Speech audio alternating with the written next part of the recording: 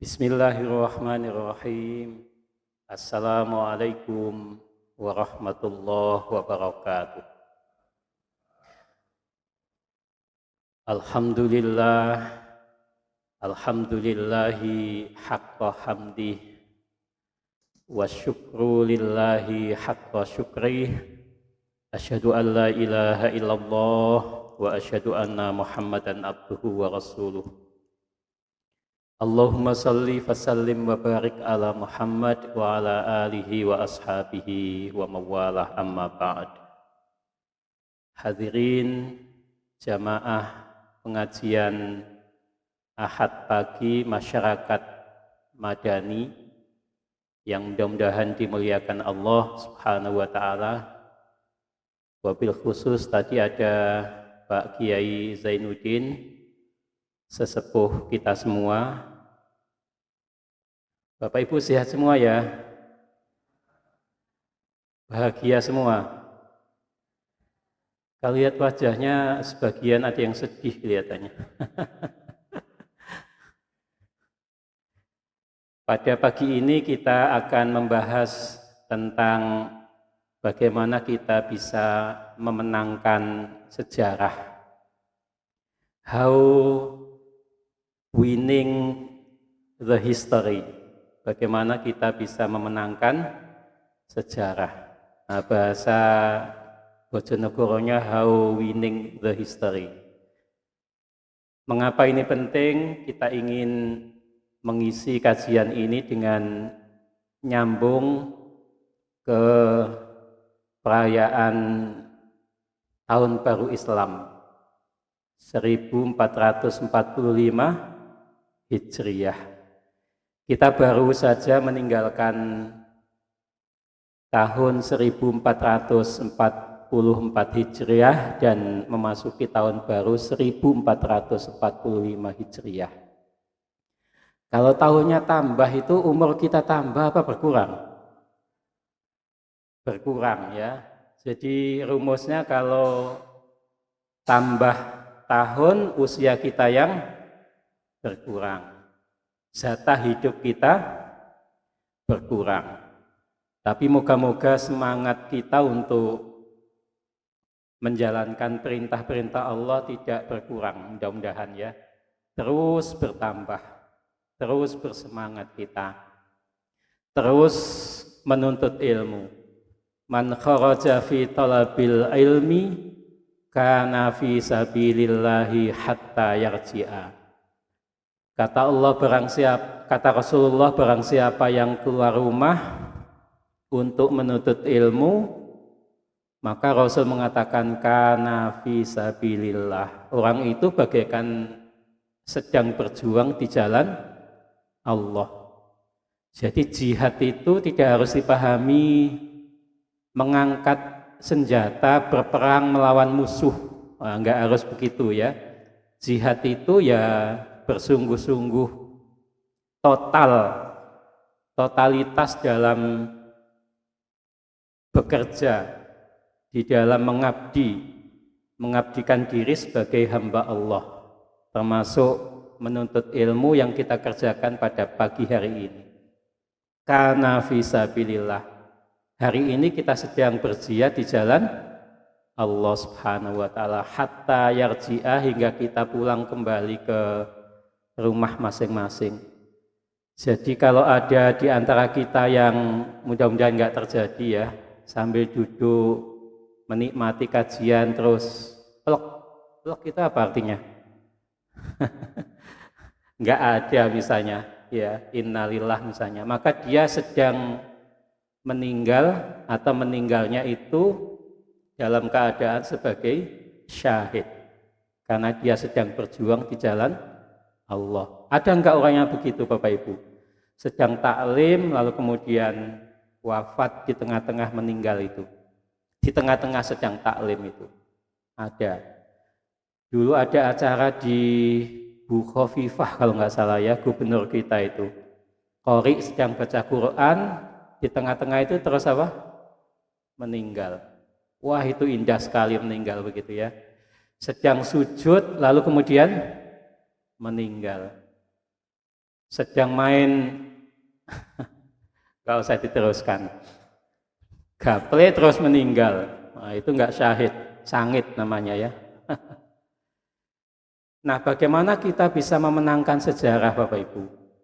Tahun baru Islam yang baru saja kita rayakan di hari Rabu kemarin ya, itu adalah tahun yang sangat penting dalam sejarah kita semua. Mengapa tahun baru Islam itu dimulai dari bulan Muharram? Atau saya ingin tanya begini Bapak Ibu, nanti yang tahu saya kasih hadiah ya. Siapa yang mengusulkan kalender Islam itu dimulai dari bulan Muharram? Siapa? Ada yang tahu? Siapa? Umar bin Khattab. Ibu-ibu? Ali bin Abi Thalib. Yang partai sebelah sini? Siapa? Yang benar itu Utsman bin Affan. Yang benar itu Utsman bin Affan yang mengusulkan bulan Muharram sebagai awal dari tahun baru Islam. Itu adalah Utsman bin Affan. Tapi kalau yang menetapkan kalender Islam itu pada masa pemerintahan Amirul Mukminin Umar bin Khattab radhiyallahu an. Jadi kisahnya waktu itu kan Islam itu sudah menyebar ke banyak daerah gitu ya. Lalu kemudian gubernur-gubernur dari daerah-daerah itu podo kirim surat ke pemerintah pusat di Madinah, di tempat Umar itu. Lalu kemudian Umar membaca surat itu, ada yang aneh dari surat itu. Karena apa? Karena tanpa tanggal, tanpa bulan, tanpa tahun. Tidak ada identitas waktu sama sekali. Lalu terus Umar gelisah ngundang rapat, diundang. Ada ketua PDM Bojonegoro yang diundang itu, ada ketua PDA Bojonegoro, ada ketua Takmir Masjid At-Taqwa, ada ketua pengajian masyarakat Madani datang di rapat itu berembuk. Ada yang mengusulkan, Umar saya usul, bagaimana kalau kelahiran Muhammad yang mulia, Nabi kita yang mulia itu dijadikan sebagai awal penentuan kalender Islam. Nah, lalu kemudian Umar mengatakan, bukankah orang yang baru dilahirkan itu belum memiliki prestasi apa-apa? Karena itu enggak layak untuk dijadikan sebagai awal penentuan kalender Islam begitu. Nah, lalu kemudian muncul usulan kedua. Bagaimana kalau kewafatan atau kematian Nabi yang dijadikan sebagai awal penentuan kalender Islam? Lalu Umar mengatakan, bukankah kematian atau kewafatan itu justru menjadi akhir dari kehidupan seseorang, akhir prestasi ya, sehingga orang itu tidak lagi bisa berbuat apa-apa karena menghadap ke Allah. Karena itu kata Umar, kewafatan kematian itu tidak layak dijadikan sebagai awal kalender Islam, tidak layak untuk dirayakan, kira-kira begitu kata Umar. Lalu kemudian Umar mengusulkan tadi itu, bagaimana kalau hijrah Nabi dari Makkah ke Madinah itu yang dijadikan sebagai momentum tahun baru Islam. Nah itu Umar betul kalau itu. Tapi awal tahun baru Islam itu dimulai dari mana? Nah itu Utsman yang mengusulkan. Utsman mengusulkan, wahai Umar, bagaimana kalau Muharram dijadikan sebagai awal dari bulan-bulan yang ada dalam kalender Islam itu? Alasannya apa? Alasannya adalah Muharram itu bulan yang mulia. Ada 4 bulan yang mulia itu Bapak Ibu ya. Pertama apa? Dzulqa'dah. Yang kedua Dzulhijjah. Yang ketiga Muharram. Yang keempat Rajab. 3 bulan yang pertama itu berurutan ya. Bulan 11 itu Dzulqa'dah, bulan ke-12 itu Dzulhijjah, yang pertama itu adalah Muharram. Yang Rajab itu kalau dihitung itu bulan yang ke berapa? Ketujuh. Nah, ketujuh, kurang satu ya. Ketujuh. Muharram itu bulan yang mulia kata Utsman. Dan lebih dari itu, Muharram itu dan beserta dengan 3 bulan yang lain itu nggak boleh ada peperangan, nggak boleh ada perkelahian, saling menghormati. Dan yang juga penting kata Umar, Muharram itu adalah bulan di mana jamaah haji itu podo mulih pulang kampung setelah selesai menunaikan ibadah haji. Betul ya, bulan Muharram itu ya.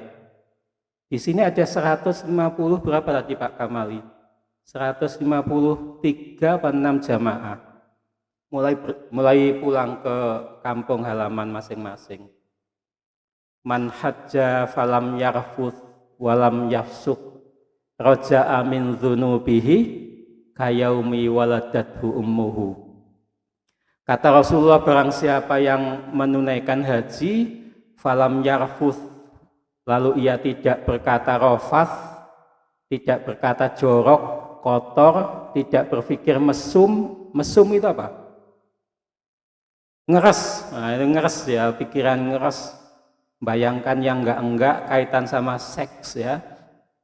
Walam yafsuk, dan ia tidak berbuat fasik, tidak berbuat jahat. Raja'a min dzunubihi kayaumi waladatu ummuhu. Maka ia akan pulang kembali ke kampung halamannya, ke rumahnya dalam keadaan suci, bersih, tidak ada dosa.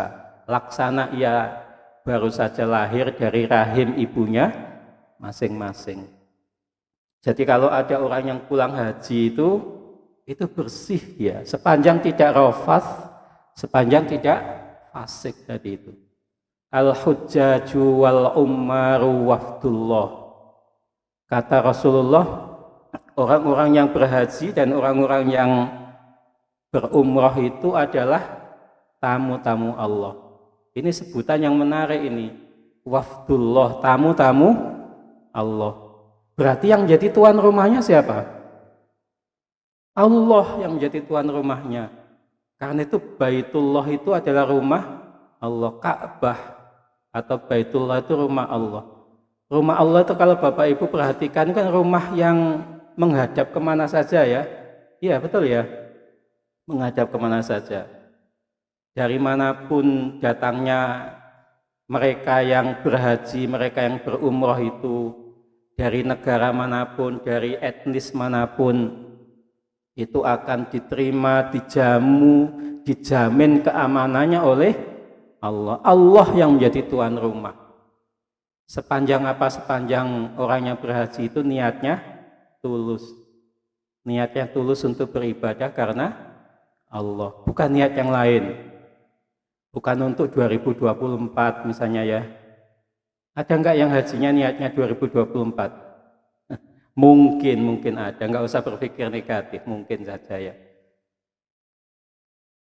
Al-hujjaju wal ummaru wafdullah in da'auhu ajabahum. Jika ia berdoa kepada Allah maka doanya akan dikabulkan oleh Allah. Wa inistaghfiruhu ghafaralahum, dan jika ia bermohon ampunan maka ia akan diampuni oleh Allah Subhanahu wa taala. Karena itu maka ibadah haji itu luar biasa ya, luar biasa, hingga antriannya sekarang Bojonegoro berapa tahun? 35 ya rata-rata ya, 35. Di beberapa kabupaten provinsi di Sulawesi Selatan itu ada yang 40, ada yang 45, ada yang 50 tahun. Jadi kalau ada orang daftar haji usia 70 tahun, itu 105 baru berangkat haji. Usia 71 malaikat mau datang. Tapi kan udah niat, udah daftar ya.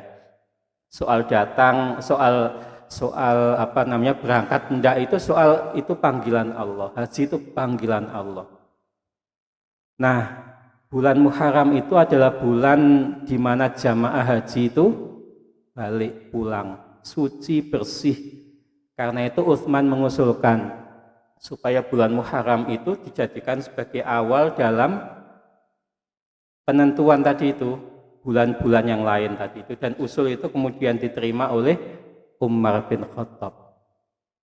Nah, Bapak Ibu yang mudah-mudahan dimuliakan Allah Subhanahu wa taala, mengapa hijrah Nabi itu dijadikan sebagai momentum untuk penentuan kalender Islam? Atau apa sih makna hijrah itu yang bisa kita petik supaya kita ini bisa how winning the history tadi itu. Kita bisa memenangkan apa? Sejarah itu.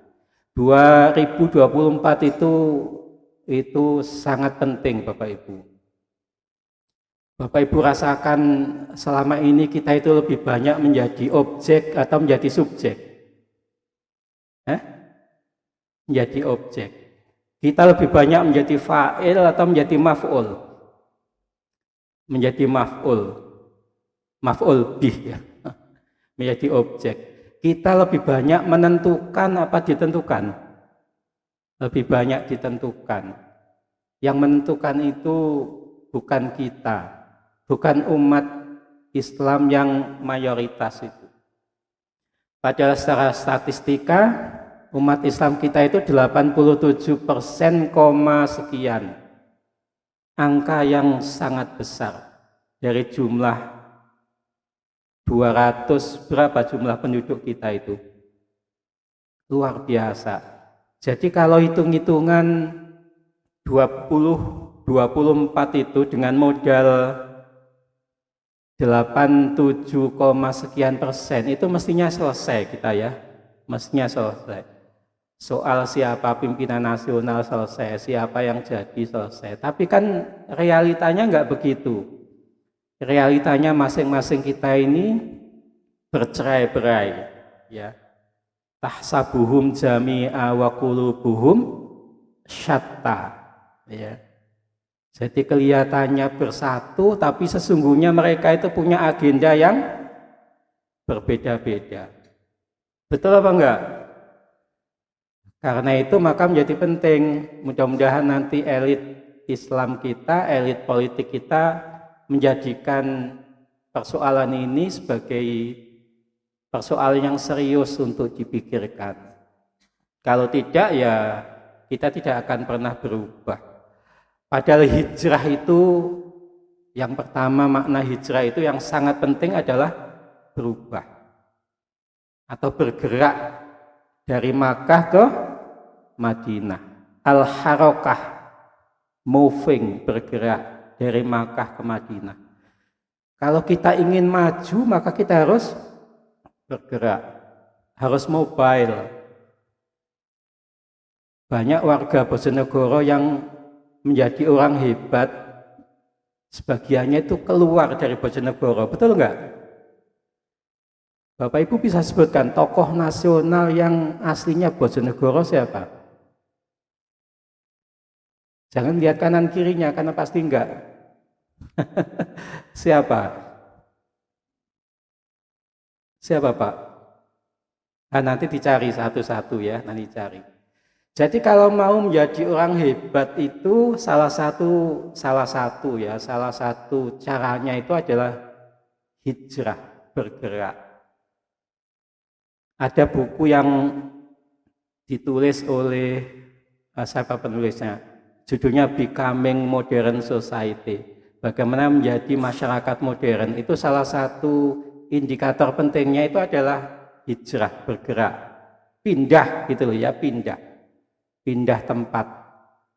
Saya ini Bangladesh itu bangsa Lamongan desa ya.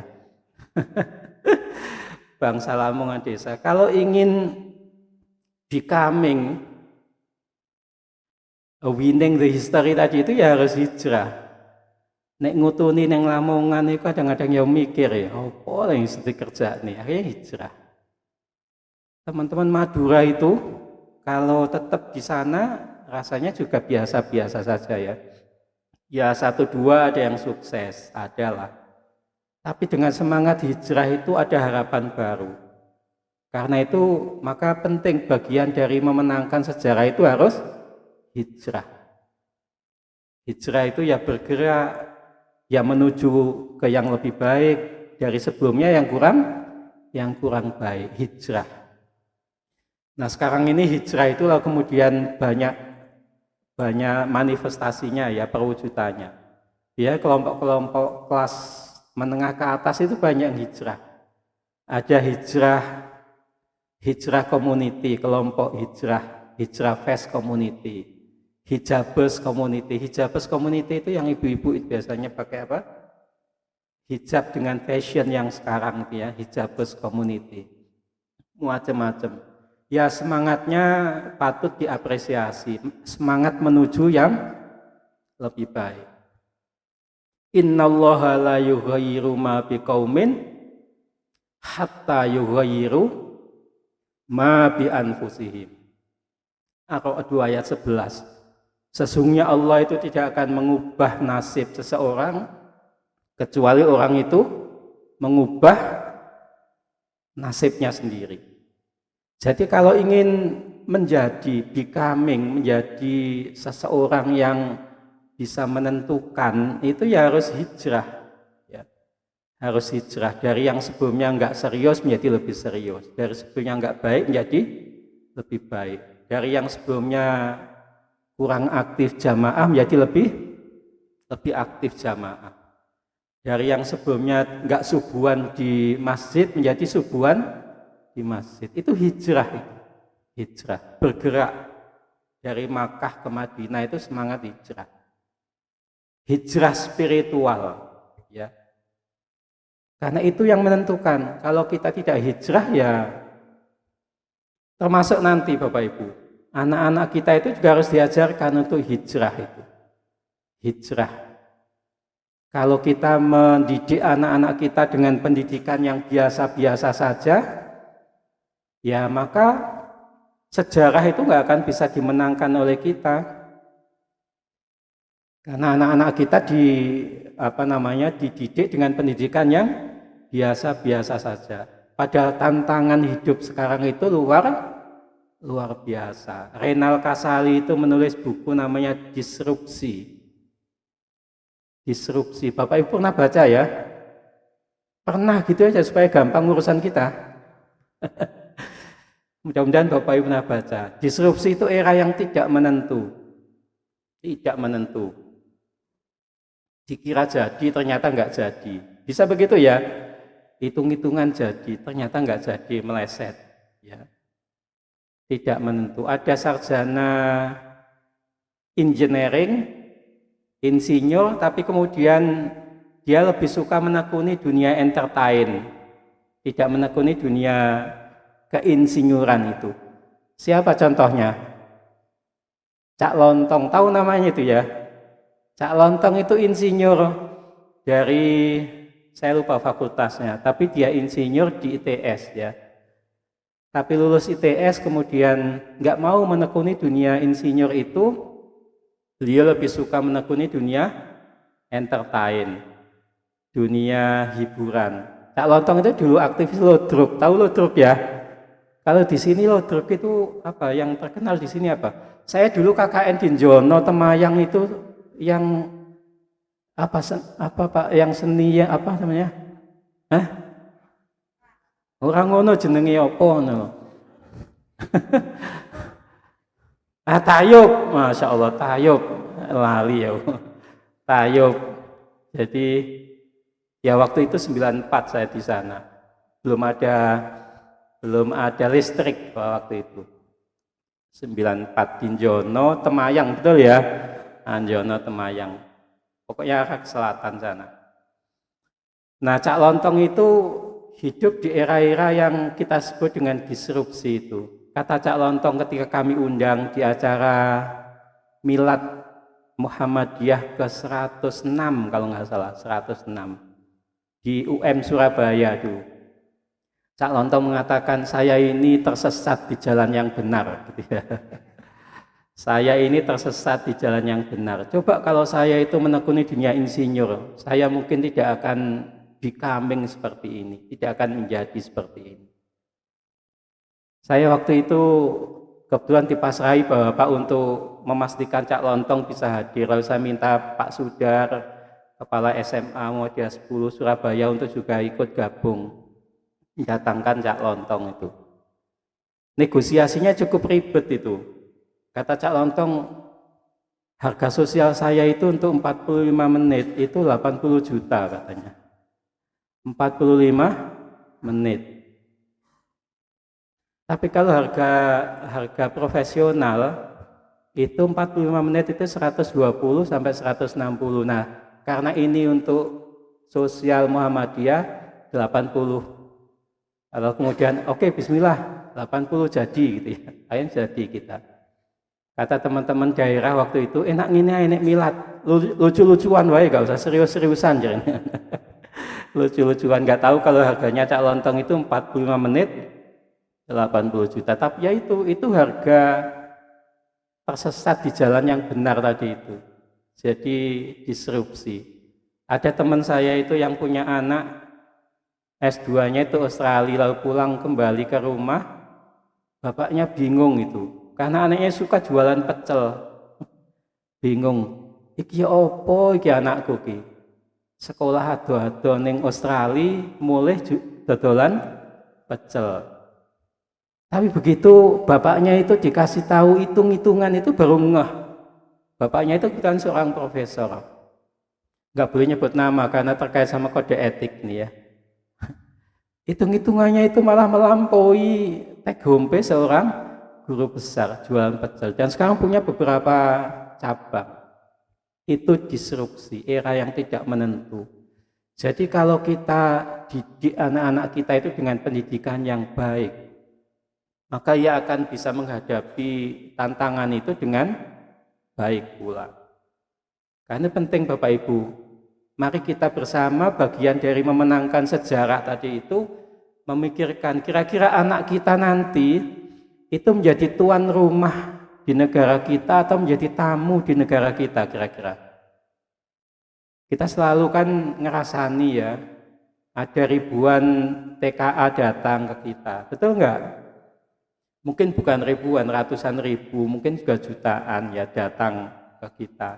Yang dikerjakan itu bukan hanya pekerjaan-pekerjaan yang butuh keterampilan tingkat tinggi, sampai pekerjaan kasar pun dikerjakan. Lalu pertanyaannya di mana orang-orang dari Jono, Temayang, mana lagi desa-desa sekitar itu ya, lali.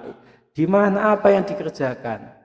Kok pekerjaan kasar itu diambil oleh tenaga kerja asing tadi itu. Kita menjadi penonton akhirnya. Menjadi penonton di negara kita sendiri.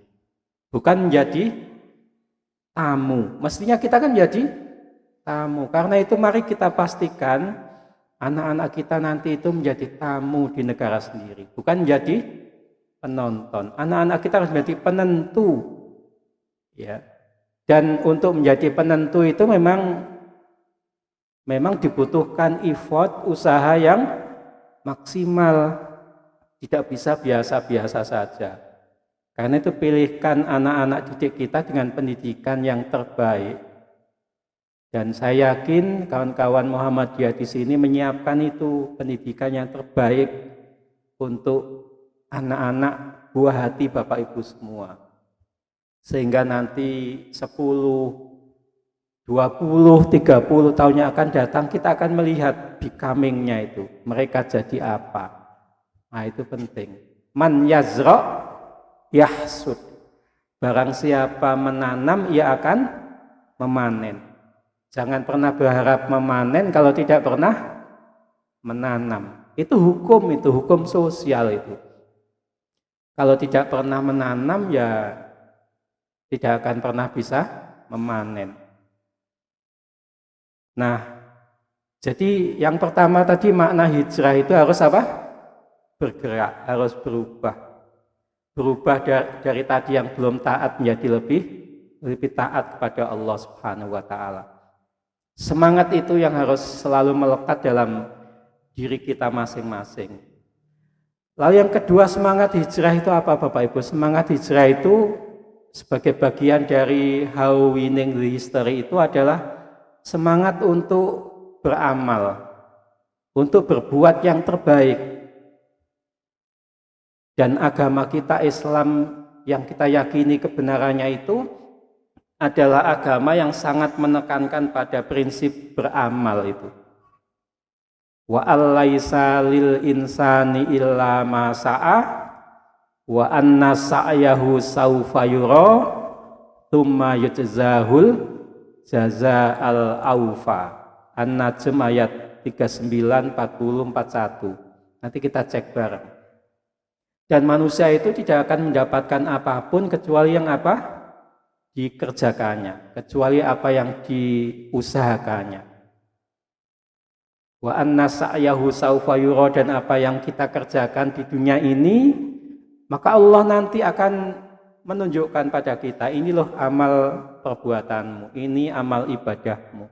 Tatkala kita kembali kepada Allah, tatkala nanti yaumul hisab, nanti itu hari perhitungan, nanti akan ditunjukkan ini amal kita, ini sedekah kita, ini ibadah sholat kita, ini tahajud kita, ini haji kita. Tsumma yujzahul jazaa'al aufa, dan kemudian masing-masing yang kita kerjakan itu Allah akan berikan balasan dengan balasan yang setimpal. Jadi kalau kita ingin mendapatkan ridho, kenikmatan surga Allah, maka ya di dunia ini kita harus menanam, harus beramal kebaikan-kebaikan, harus bersedekah, ya, harus banyak memberi. Al yadul ulya khairun minal yadis sufla, tangan di atas itu lebih baik daripada tangan yang di bawah, lebih baik dari tangan yang meminta-minta. Tidak ada ceritanya orang yang rajin memberi itu lalu kemudian bangkrut. Coba Bapak Ibu amati ya, teman-teman kita, karib kita, saudara kita, kolega kita yang semangat hidupnya itu suka memberi. Kalau dalam bahasa sini memberi itu apa? Nyahnyoh ya, loman ya, loman.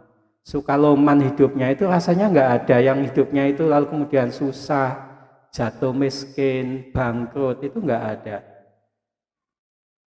Yang terjadi justru kebalikannya. Mereka yang rajin memberi itu hidupnya dimudahkan oleh Allah Subhanahu wa ta'ala. Dan itu janji Allah. Wa ma anfaqtum min syai'in fahuwa yukhlifuh wa huwa khairur raziqin, kata Allah. Dan apa yang engkau berikan di jalan Allah itu untuk masjid ini, untuk sekolah, untuk jalan, untuk pondok pesantren, maka Allah akan kembalikan apa yang kita berikan itu dengan berlipat ganda. Wa huwa khairur raziqin, dan Allah itu adalah sebaik-baik pemberi rezeki.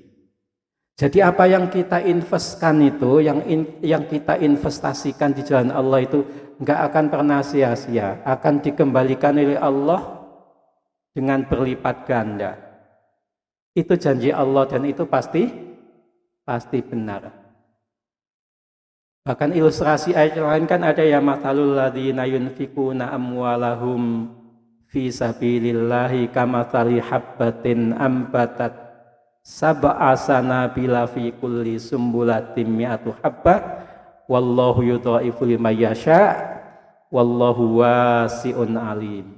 Jadi perumpamaan orang yang suka berinvestasi dengan cara memberi, berinfak, bersedekah itu seperti kita menanam satu biji tanaman, lalu dari satu biji tanaman itu tumbuh satu batang, lalu dari satu batang itu beranak pinak menjadi 7 batang, lalu masing-masing batangnya itu berbuah 100 biji. Itu masih ditambah oleh Allah dengan pernyataan wallahu yudha'ifu liman yasha, dan Allah akan memberikan keutamaan, fadilah, kebaikan, keberkahan dalam hidup pada orang-orang yang dikehendaki. Wallahu wasi', dan Allah itu maha luas rezekinya. Allah itu maha kaya. Ini sindiran bagi orang yang nggak suka memberi ya. Allah itu maha kaya, alim, dan Allah itu maha mengetahui. Karena itu nggak ada yang sia-sia dari amal kebaikan yang pernah kita kerjakan. Nggak ada yang sia-sia. Semuanya akan kembali kepada kita dalam bentuk kebaikan-kebaikan yang dilipat gandakan oleh Allah Subhanahu wa Ta'ala. Dalam surat Ar-Rahman ayat 60 itu Allah berfirman, hal jazaul ihsan illal ihsan. Dan amal kebaikan itu pahalanya, imbalannya yang cocok itu adalah kebaikan-kebaikan yang dilipat gandakan oleh Allah Subhanahu wa Ta'ala. Karena itu di dunia ini Bapak Ibu jamaah hadirin yang mudah-mudahan dimuliakan Allah, adalah lahan untuk berinvestasi dengan amal-amal kebaikan tadi itu.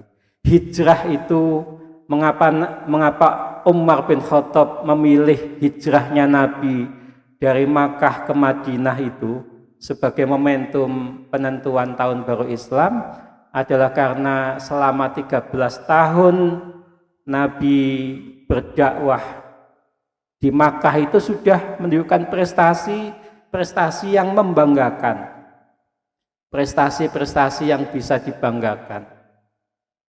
Jamaahnya semakin banyak, pengikut Nabi semakin banyak dari hari ke hari.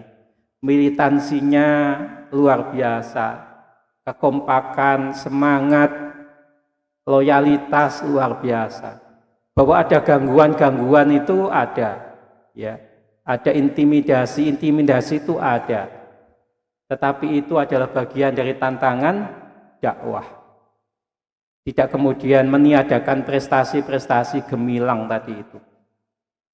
Dan karena itu maka Umar tadi mengusulkan hijrah Nabi saja, karena itu Nabi sudah menunjukkan ada prestasi-prestasi yang bisa dibanggakan.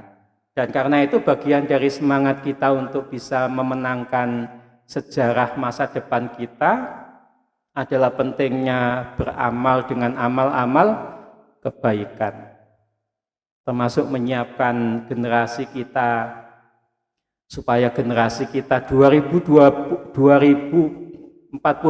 ya, generasi emas itu, supaya itu menjadi bagian dari anak-anak kita berada di dalamnya. Generasi emas bangsa yang akan menentukan bangsa ini. Maka sesungguhnya modal 87% itu, kita mayoritas itu tidak akan bermakna apa-apa kalau kita tidak berkualitas. Betul apa enggak? Karena itu kualitas menjadi penting.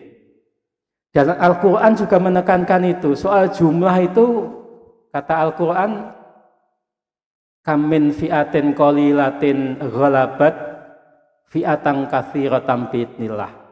Betapa banyak golongan orang yang sedikit tapi mentes, berkualitas, itu akan bisa mengalahkan golongan yang banyak tapi tidak berkualitas. Untuk apa banyak tapi buih semua gitu ya. Kalau bisa sih banyak tapi juga berkualitas. Kalau bisa 87% koma sekian tadi itu banyak, kita modal yang luar biasa penting. Kalau itu berkualitas akan sangat bagus sebagai modal untuk memenangkan pertarungan-pertarungan, persaingan-persaingan atau perebutan masa-masa yang akan datang, akan memenangkan sejarah. Tapi kalau 87% itu buih, ya, maka ya yang akan menentukan itu kelompok kecil tapi punya modal, punya kualitas, punya jaringan tadi itu. Dan Bapak Ibu kalau belajar sejarah kan sesungguhnya yang menentukan sejarah itu banyak ya, kelompok-kelompok kecil itu ya, yang menentukan sejarah itu. Orang-orang hebat, kelompok-kelompok yang hebat itu yang menentukan sejarah itu, yang menentukan nasib sebuah bangsa itu. Karena itu dulu Pak Din, Profesor Din Samsudin, guru kita semua mengatakan be creative minority. Ya, jadilah kelompok minoritas yang kreatif. Asal kreatif, posisi minoritas itu enggak soal. Karena yang kreatif tapi minoritas, yang minoritas tapi kreatif, itu akan bisa menentukan sejarah. Sehingga dia bisa memenangkan sejarah. Banyak negara-negara yang ditentukan oleh kelompok minoritas itu, karena mereka punya segalanya tadi.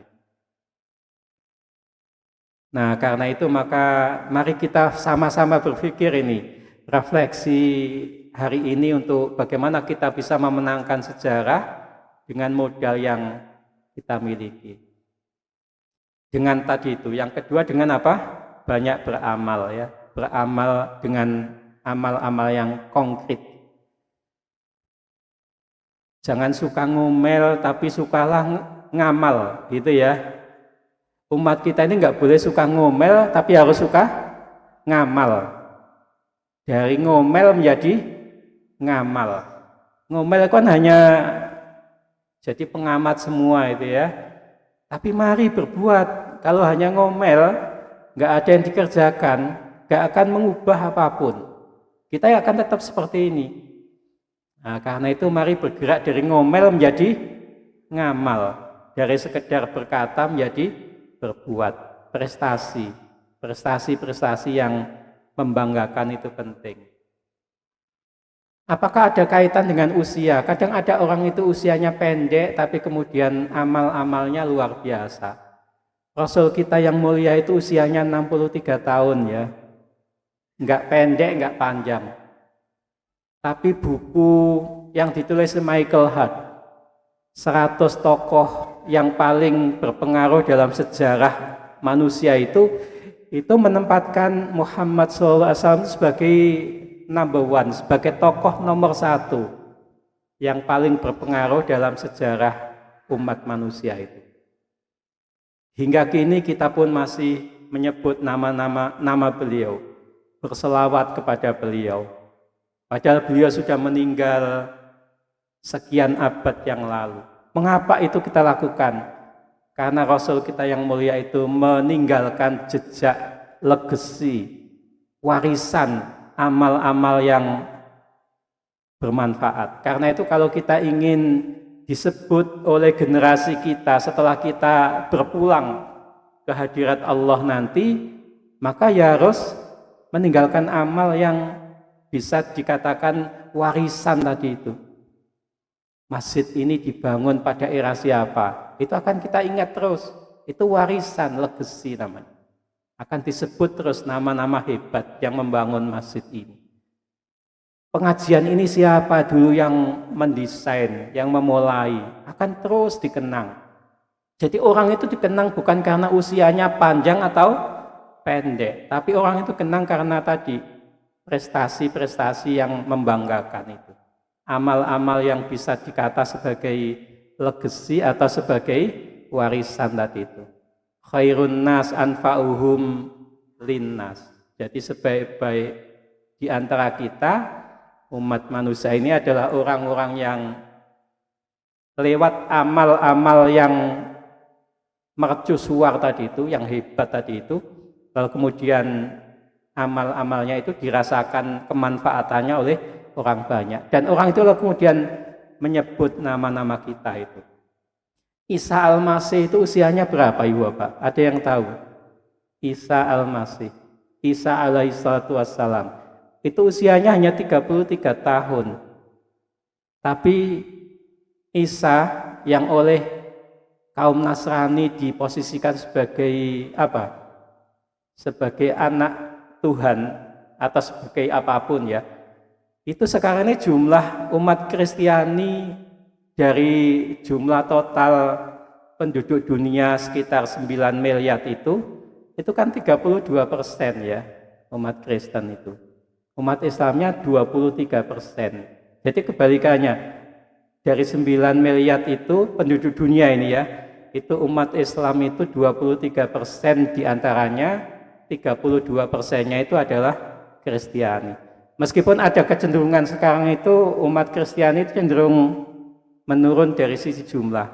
Saya nggak tahu angka statistika kita ya, umat Islam itu cenderung naik apa cenderung turun ya. Karena beberapa kasus kadang-kadang ada tren cenderung apa? Turun. Banyak yang memilih ateis, memilih tidak beragama, memilih agnostik dan lain-lain ya. Kami PWM Bapak Ibu bulan Oktober kemarin itu sempat rihlah peradaban ke Turki dan ke Spanyol. Di Turki sangat membanggakan, ada banyak gereja diubah fungsinya menjadi masjid. Hagia Sophia atau Hagia Sophia itu kan gereja ya, disulap menjadi, dibeli disulap menjadi masjid. Jadi kalau Bapak Ibu nanti rihlah ya, umroh lewat KBIHU sini, lalu kemudian transit di Turki, nanti salah satu destinasi tujuan wisata yang sangat penting itu mengunjungi Hagia Sophia, Hagia Sophia. Sholat di situ itu sambil ada ornamen gereja ya, ada patung Bunda Maria, ada apa begitu ya. Bangga kita bisa membeli gereja diubah menjadi masjid. Tapi begitu bergeser ke Spanyol menjadi sedih kita. Selama 800 tahun umat Islam berkuasa di Spanyol itu, 800 tahun itu 8 abad ya Bapak Ibu, itu luar biasa panjang loh. Itu umat Islam membangun lebih dari 1000 masjid. Lebih dari 1000 masjid dibangun. Begitu akhir abad 15, 1490 sekian, umat Islam dikasih pilihan, kamu keluar dari Spanyol atau kami bunuh, atau kamu masuk Kristen. Lalu kemudian sebagian ada yang keluar dari Spanyol, sebagian dibunuh karena mempertahankan Islam dan tidak mau keluar dari Spanyol. Sebagian lalu konversi menjadi Kristen, Katolik ya. Mayoritas Madrid, bukan Madrid, mayoritas Spanyol itu Katolik ya, agamanya. Nah, sehingga sempat pada titik-titik tertentu, masa-masa tertentu itu Spanyol itu minim sekali umat Islamnya. Bahkan beberapa sumber ada mengatakan zero ya, kosong. Karena tadi itu keluar atau dibunuh atau masuk Kristen. Jadi Islam itu pernah berkuasa di Spanyol itu 800 tahun, 8 abad, membangun ribuan masjid. Begitu keluar dari Spanyol, Islam tidak lagi berkuasa, masjid-masjid itu diubah menjadi gereja. Dan sekarang gereja-gereja itu Bapak Ibu itu weekend Sabtu Minggu itu minus, bahkan nggak ada mereka yang datang, apalagi ngaji akad pagi seperti ini, nggak ada mereka, nggak ada jamaah, sehingga banyak masjid itu yang kosong, yang tidak ada penghuninya. Banyak gereja maksudnya, gereja yang nggak ada penghuninya, sehingga sebagian kemudian ditawarkan pada orang yang mau beli gereja itu. Nah dari situlah dulu Pak Yai Saad Ibrahim, Pak Ketua PWM periode kemarin itu sempat viral ya itu ya, mau beli gereja di Alcalá itu.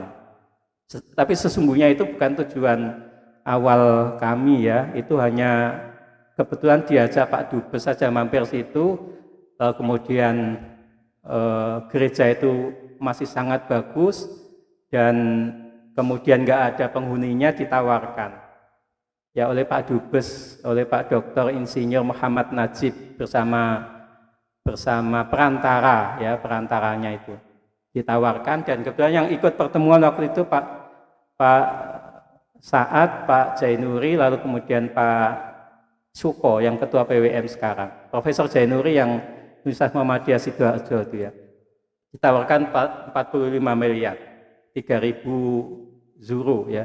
Iya, 45 miliar, 3.000 euro, 3 juta ya, 3 juta euro, 45 miliar. Jadi kalau jamaah ini mau urunan beli gereja Alcalá itu, lalu dipakai untuk masjid, dipakai untuk sekolah, bagus juga. Tapi kita putuskan, kami PWM putuskan nggak beli ya.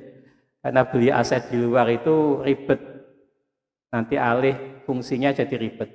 Tapi faktanya sekarang ini gereja-gereja itu nyaris kosong itu ya. Umat Kristiani banyak yang nggak mau ke gereja beribadah, lebih milih menjadi agnostik, menjadi ateis, menjadi agama-agama yang lain tadi. Sebagian pertumbuhan Islam jadi naik. Ini yang membanggakan. Tapi sekali lagi soal jumlah itu, kata Al-Quran tadi itu, kam min fi'atin qalilatin ghalabat fi'atan katsiratan bi'idznillah. Jumlah itu enggak terlalu signifikan pengaruhnya pada bagaimana kita memenangkan sejarah itu. Yang lebih penting adalah bagaimana jumlah yang sedikit itu kreatif dan berkualitas. Nah, itu penting.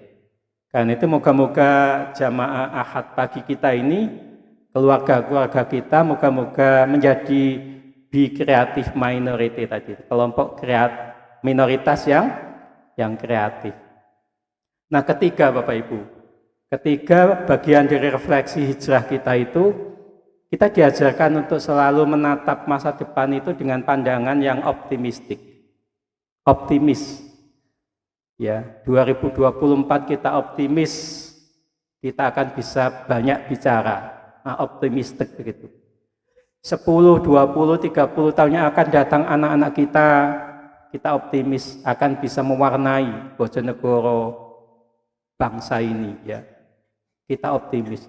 Hijrahnya Nabi dari Makkah ke Madinah itu dibangun dengan semangat optimisme itu. Kalau tetap dakwah itu di Mekah yang sudah dirasakan selama 13 tahun itu, maka Islam rasanya tidak akan seperti yang kita saksikan setelah hijrah itu. Dan pilihan Nabi pindah dari Makkah ke Madinah itu pilihan yang pasti itu adalah dibimbing oleh Allah Subhanahu wa taala. Karena kemudian dari Madinah itu Islam menjadi mercusuar. Islam menjadi menentukan. Dan jangan lupa Islam itu pernah menguasai dunia. Islam itu pernah menjadi raja, menentukan peradaban dunia dari abad 8 hingga abad 12. Berapa abad itu Bapak Ibu? 8 ke 14. 6 abad, 6 sampai 7 abad ya. Philip Kahiti itu sampai menggambarkan, nanti Bapak Ibu baca buku judul bahasa Inggrisnya itu History of the Arab. Terjemahan Indonesianya begitu juga. History of the Arab itu Kahiti itu menggambarkan Baghdad, tahu Baghdad ya Bapak Ibu ya? Baghdad itu pusat kota Irak, di Irak ya, Baghdad, ibu kota Irak itu Baghdad. Baghdad itu ibu kota Islam di belahan timur. Ya, itu ibu kotanya Baghdad. Kalau belahan barat itu ibu kotanya Cordoba ya. Andalusia itu berapa provinsi di Cordoba. Nah, Baghdad itu ketika Islam jaya, ketika peradaban Islam maju itu Cordoba itu sangat luar biasa. Kata Kahiti, seorang orientalis itu mengatakan perbandingan Cordoba dengan London, pusat kota Inggris, salah satu kota penting di Eropa ya Inggris itu seperti perbandingan antara satunya itu sangat luar biasa, satunya itu sangat primitif. Di Baghdad itu pada masa-masa kejayaan Islam, itu lampu-lampu hias di kota itu sudah sangat bagus. Seperti jalanan kita di Bojonegoro itu sudah tempat-tempat duduknya udah tertata bagus gitu ya, kalau kita lihat itu. Bersih, ya, taman-taman kotanya sangat bagus, jalannya sangat bagus. Lalu kemudian lampu-lampu hiasnya sangat banyak gitu ya. Sementara di London, pusat kota di Inggris, ibu kota Inggris itu masih gelap gulita. Jalanan masih belum diaspal, belum ada taman-taman kota, lampu-lampu penerang belum ada. Itu Kahiti seorang orientalis itu membandingkan dengan perbandingan yang sangat kontras. Betapa Islam itu sangat maju pada masanya, sementara Eropa itu pernah mengalami masa kegelapan juga pada masanya itu. Tapi kemudian sejarah itu bergerak, ya kan? Di dalam Al-Quran ayat 140 surat Ali Imran itu mengatakan iyam saskum korhun fakot masal qauma korhum mithluh. Jika kamu merasa kalah dalam perang Uhud. Dalam perang Uhud itu kan Nabi dan pasukannya kalah ya. Perang Uhud tahun 3 Hijrah itu. Lalu merasa kamu banyak yang luka, bahkan meninggal dunia, maka ingatlah mereka kaum kafir Quraisy itu pada perang Badar juga kalah, banyak yang meninggal. Jadi soal kalah menang itu soal tadi itu perputaran tadi itu. Karena itu lanjutan dari ayat tadi itu 140 surat Ali Imran itu, mungkin Bapak Ibu bisa sambil ngecek, watil kal ayyamu nudawiluha bainan nas. Dan yang namanya kejayaan, kemunduran, kemenangan, kekalahan, kemajuan, kemunduran itu dipergilirkan kepada kita semua umat manusia.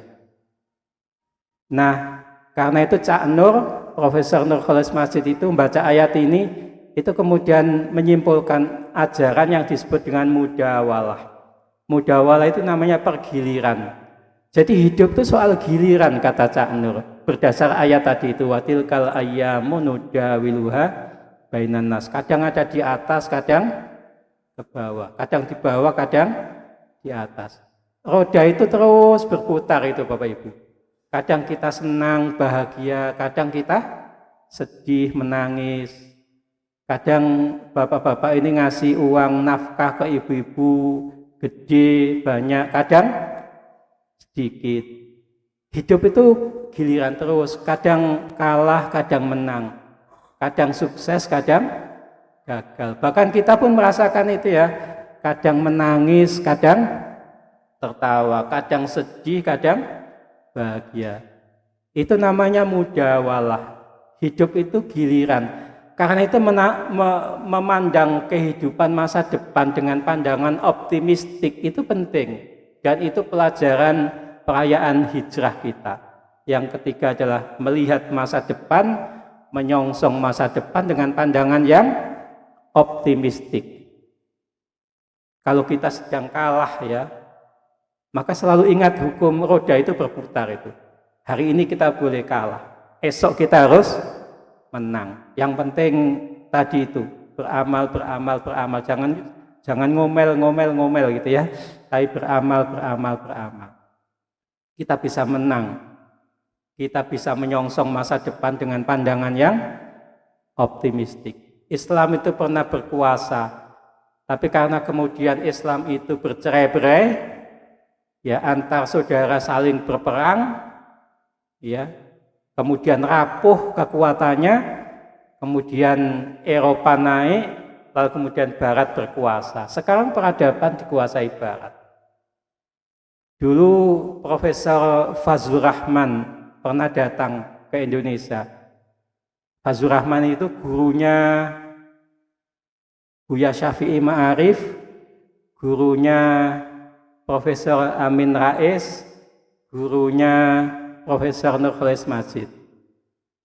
Ketika beliau bertiga ini pulang ke Indonesia, Cak Nur, lalu kemudian Pak Amin Rais, lalu kemudian Buya Syafi'i Ma'arif pulang ke Indonesia, pertengahan 80-an itu Gus Dur nulis di sebuah majalah Prisma kalau nggak salah. Itu judulnya 3 pendekar dari Chicago gitu ya. 3 pendekar dari Chicago. Chicago itu sebelah sananya Dikin Jono tadi itu ya.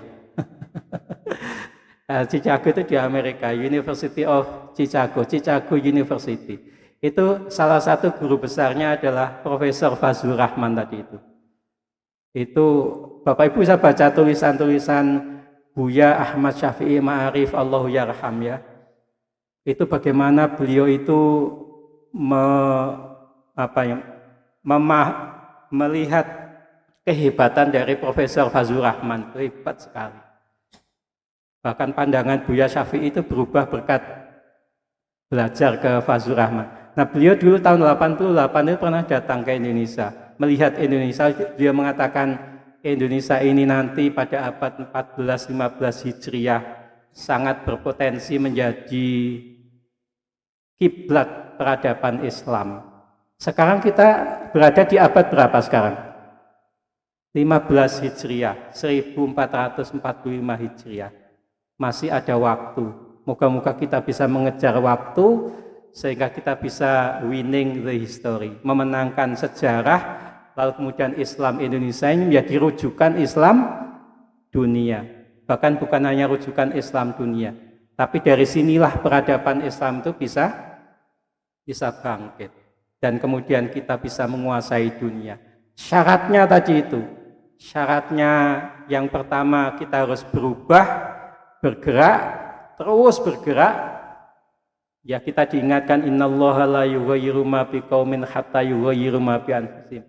Yang kedua syaratnya itu kita harus banyak berbuat, memperbaiki diri, beramal. Nah, yang ketiga, pikiran-pikiran positif kita harus dikembangkan. Masa depan itu milik kita, bisa kita raih. Kalau ada pikiran-pikiran negatif, pesimistik, ganti dengan pikiran yang optimistik. Anak-anak kita harus hebat, ya. Kalau hari ini kita belum bisa menjadi generasi hebat, maka kita harus melahirkan generasi yang hebat. Semangat itulah yang harus kita usung. Sekarang sudah jam 7 lebih sekian menit.